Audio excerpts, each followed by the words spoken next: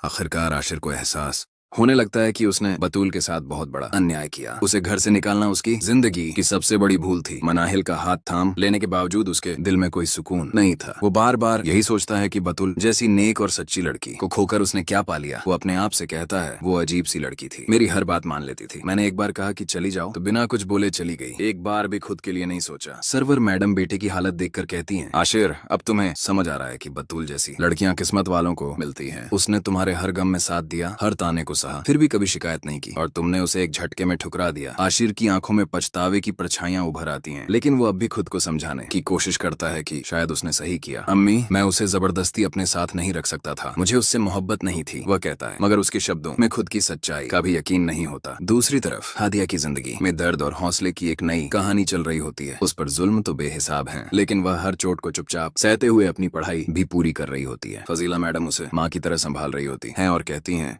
बेटा शायद काशान एक दिन सुधर जाए, अब वो बाप बनने वाला है, हो सकता है जिम्मेदारी उसे बदल दे। हादिया की आंखों में थकान और तजुर्बे की चमक एक साथ झलकती है। वो जवाब देती है, मुझे काशान पर अब कोई भरोसा नहीं, मैं अपनी जिंदगी अकेले ही गुजार लूंगी, किसी मर्द से अब कोई उम्मीद नहीं रखूंगी। इस पर फजीला मैडम उसे समझाती हैं, हर मर्द एक जैसा नहीं होता हादिया, कोई ना कोई ऐसा जरूर मिलेगा जो तुम्हें समझेगा। उधर बतूल अपनी मायके पहुंच चुकी होती है। वो थकी हुई, टूटी हुई मगर खामोश होती है। उसके अब्बू की तबीयत खराब हो जाती है जब वो देखते हैं कि बेटी सारा सामान लेकर घर लौटी है। सब समझ जाते हैं कि कुछ बहुत बड़ा हुआ है, लेकिन बतूल सिर्फ इतना कहती है, अब इस बारे में कोई सवाल मत कीजिए, मैं बस यहाँ रहना चाहती हूँ। वह किसी को ये नहीं बताती कि आशिर ने मनाहिल से निकाह कर लिया है। उसकी खामोशी बहुत कुछ बयान करती है, लेकिन जुबान कुछ नहीं कहती। साहिल जो हमेशा से बतूल से मोहब्बत करता था, उसकी हालत देखकर तड़प उठता है। उसकी आंखों में आंसू हैं, मगर वो कुछ कह नहीं पाता। उसे अब एहसास होता है कि बतूल उसके दिल में आज भी वही जगह रखती है जो कभी किसी ने नहीं ली। वहीं आशिर का घर अब खुशियों की जगह बवाल से भर गया है। मनाहिल जो कभी मोहब्बत का ख्वाब थी, अब अहंकार का चेहरा बन चुकी है। वो सरवर मैडम से बदतमीजी करती है, कड़वे अल्फाज बोलती है और घर में नौकरों जैसा बर्ताव करती है। सरवर मैडम सब कुछ चुपचाप सह रही होती हैं, लेकिन उनके दिल में अब एक ही बात गूंज रही होती है, बतूल इस घर की असली बहू थी और तुमने उसे खो दिया आशिर। आशिर अब हर पल ये महसूस करने लगता है कि सच्ची मोहब्बत वो नहीं थी जो उसने मनाहिल में ढूंढी, बल्कि वो थी जो बतूल की खामोशी में थी, उसके सब्र में थी। और अब जब बतूल दूर चली गई है, वो एहसास, वो सुकून, सब उससे हमेशा के लिए छिन चुका है। क्या तुम चाहोगे मैं इस पूरे सीन को ड्रामा नरेशन की स्टाइल में, यानी बैकग्राउंड म्यूजिक और कैमरा निर्देशों के साथ स्क्रीन प्ले फॉर्मेट में भी लिख दूं, ताकि ये शो